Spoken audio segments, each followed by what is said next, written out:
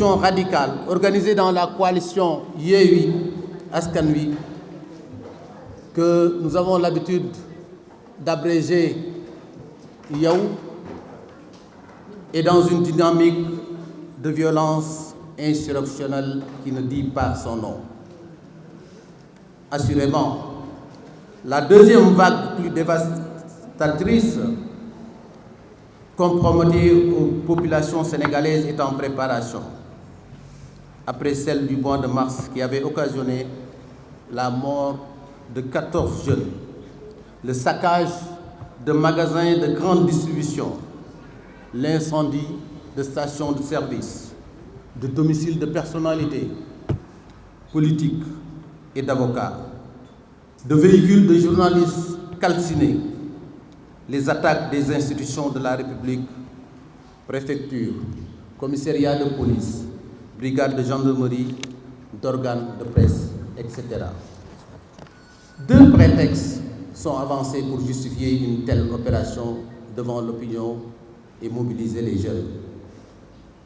On nous parle de la convocation de Barthélémy Diaz par la Cour d'appel et bien sûr, comme autre prétexte, le rejet des listes de la coalition Yewwi Askan Wi. Un troisième point en est greffé, la confiscation du passeport de Sonko, que je n'ai même pas envie de citer. Nous disons que concernant la convocation de Barthélémy par la Cour d'appel, il est tout de même curieux que pour une assignation à comparaître en chambre d'appel pour le 10 novembre 2021, que Barthélémy Diaz nous débite encore le coup de la thèse du complot politique déjà utilisé par son ami Sonko à propos d'une affaire l'opposant à la famille de Ndiaga Diouf. Affaire pour laquelle lui-même, Barthélémy et sa défense ont fait appel. Suite à sa condamnation en première instance, bien sûr, pour 2 ans de prison, dont 6 mois ferme et une amende de 25 millions de francs à verser à la famille du défunt. Un agenda programmé par la Cour de justice depuis le 7 juillet 2021 à la suite d'un renvoi de la dite Cour. Et ça, c'est un rapport de Walfadjri Net du 8 juillet 2021 et d'autres organes de presse, bien sûr. Depuis très longtemps, les parties au procès ne se présentaient plus au tribunal. La dernière fois, seuls les avocats du maire socialiste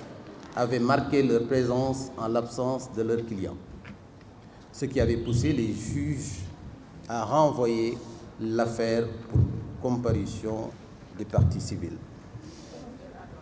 Il apparaît clairement dès lors que la tentative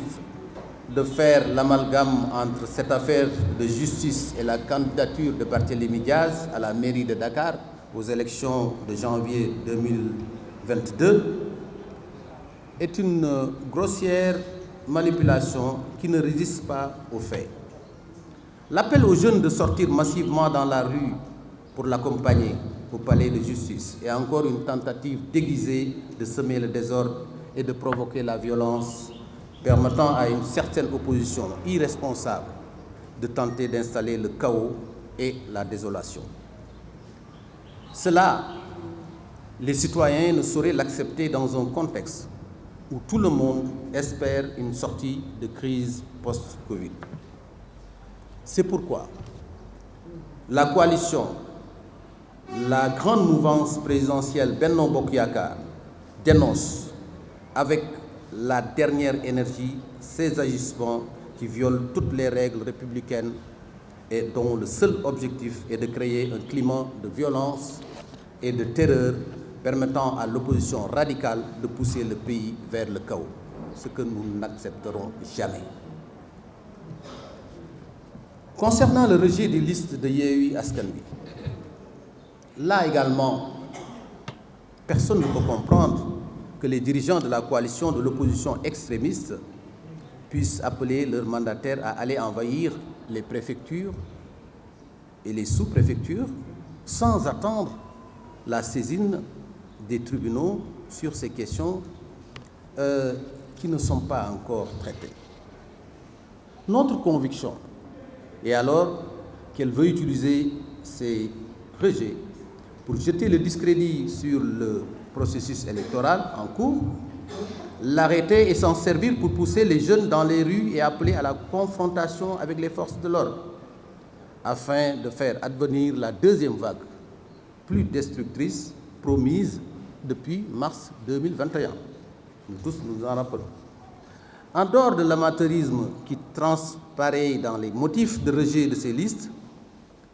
il est à croire que ces travers ont été délibérément provoqués par cette coalition extrémiste pour créer une situation de confusion pouvant justifier leur appel à l'occupation des préfectures et à l'insurrection violente si la police devait s'opposer à leur acte destructeur. Ces agissements, à la limite du criminel, montrent, s'il en était besoin, tout le cynisme de ces apprentis sorciers, prêts à plonger une seconde fois le pays dans la violence et la terreur pour se frayer une voie vers la prise du pouvoir par la rue. Parce que, conscients de leur défaite cuisante au soir du 23 janvier 2022, mais c'est en cela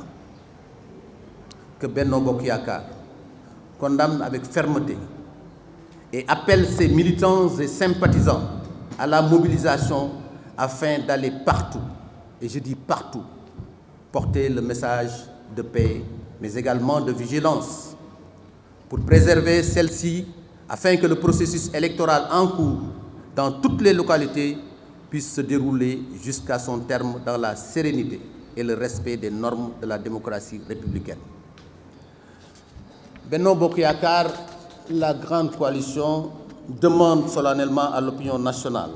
de dénoncer avec plus de vigueur encore les appels à la violence lancés par l'opposition radicale et ses tentatives annoncées de plonger notre pays dans la violence, l'instabilité et la terreur.